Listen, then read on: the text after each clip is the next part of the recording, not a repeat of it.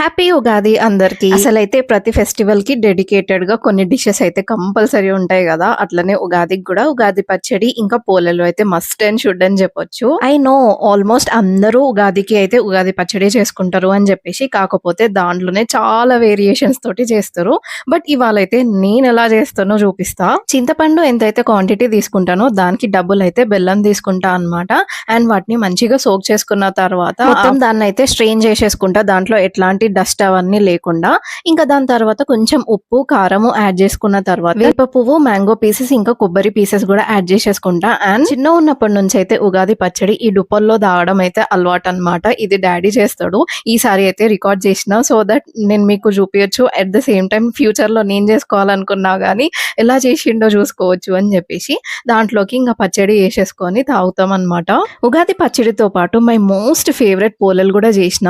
ఉగాది పచ్చడి, పోలేలు ఇంకా కట్టుచారు అయితే ఎవ్రీ ఇయర్ తప్పకుండా ఉంటాయి.